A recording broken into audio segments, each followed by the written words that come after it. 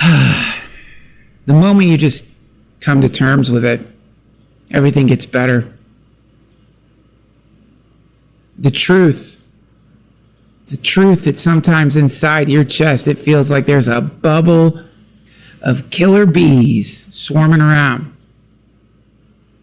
Sometimes you wake up with a headache, tight shoulders, thinking about somebody who did you wrong 10 years ago. Sometimes you look out at the world, you don't see color. You don't see the beauty. You might even be sitting on your porch watching the sunrise with two strange dogs humping each other under the shadow of your oak tree. And instead of enjoying that, instead of being able to tune into that moment of pure primordial beauty, you're worrying about something that happened 3 months ago or something that might happen at some point in the future. Think about that. They say that the reason on either side of Jesus during the crucifixion there were thieves is because it's a symbol that represents the past and the future. Thieves.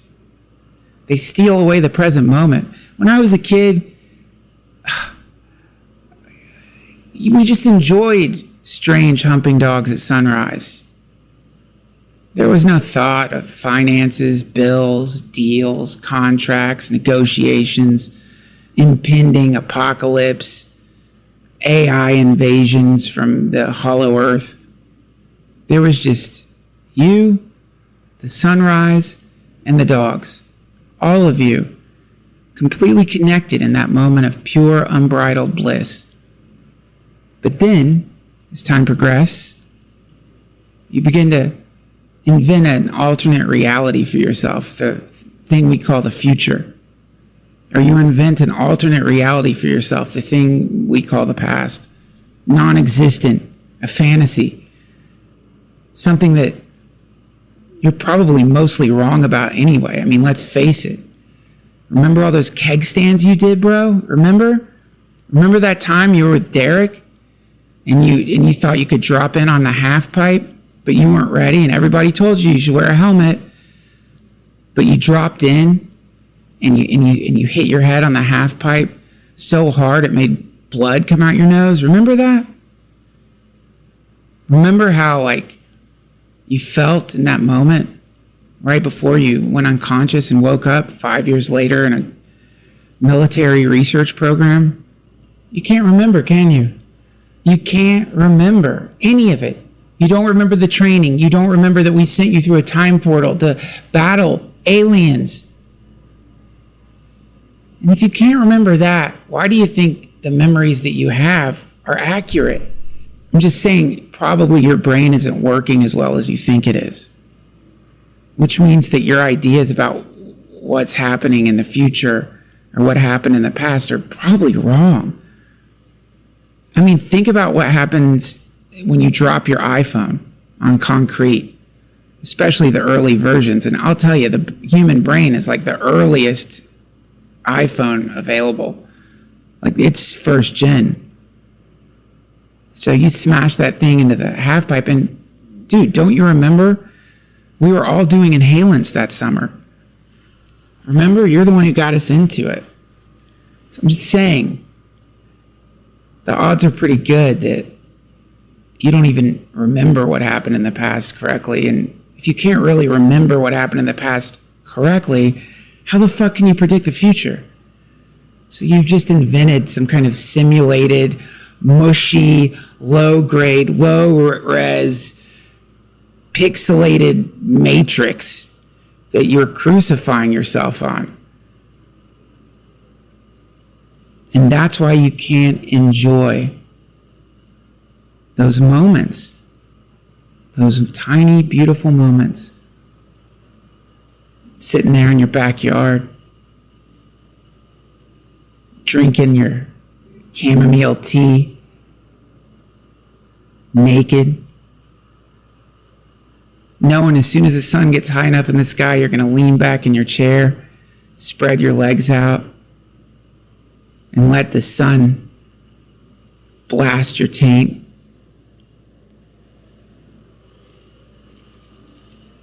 But instead of enjoying that feeling, instead of enjoying the feeling of the sun blasting your taint, sending those sweet photons deep inside of your inner folds, you're thinking about a bill you need to pay in a couple of weeks. You're thinking about Laura, who everyone told you was bad for you. You didn't listen to us. You're thinking about Laura. Like, yeah, she cheated on you, dude. We told you she would. She cheated on Zeke. She cheated on Carol. She cheated on, what's that kid's name? Vanson? The kid who ended up in the mental hospital? And then directly after she cheated on Vanson, you get into like a monogamous relationship with her and you think you're safe. It's over now, bro. It's gone. I mean, I hate to break it to you this way through the podcast, but she's hooking up with Bruce now.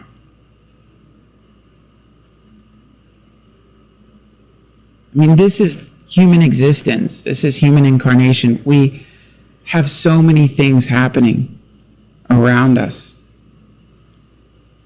So many things that we'll never see. You'll never see her at Bruce's house. You'll never see her in that stupid robe he would always offer people he was dating. Property of Bruce on the back.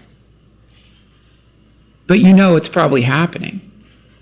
And yet, if you withdraw your senses from that reality and just enjoy this moment, the rising sun, the humping dogs, the fact that in 10 minutes you're going to be roasting that taint with photons from the sun, then suddenly everything gets instantaneously better. Nothing in the world is wrong. Everything's perfect. And if you can even embrace the reality that probably as you are relaxing into your morning taint sun bath session, she's waking up next to Bruce, giving him big, fat, sticky morning kisses. She had great lips, man.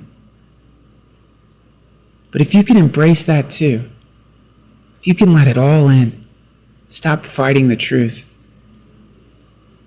just enjoy the wash of warmth against your undergun, then I think you will experience the transcendent reality that all the mystics pointed us towards. You will experience the ultimate rebellion against late-stage capitalism, which wants you to be scared, wants you to be freaked out, wants you to be ruminating, wants you to be in a froth of anxiety. Because if you're in a froth of anxiety, if you're lost in your head, thinking what you know about Bruce, he loves getting his ass eaten and putting two and two together,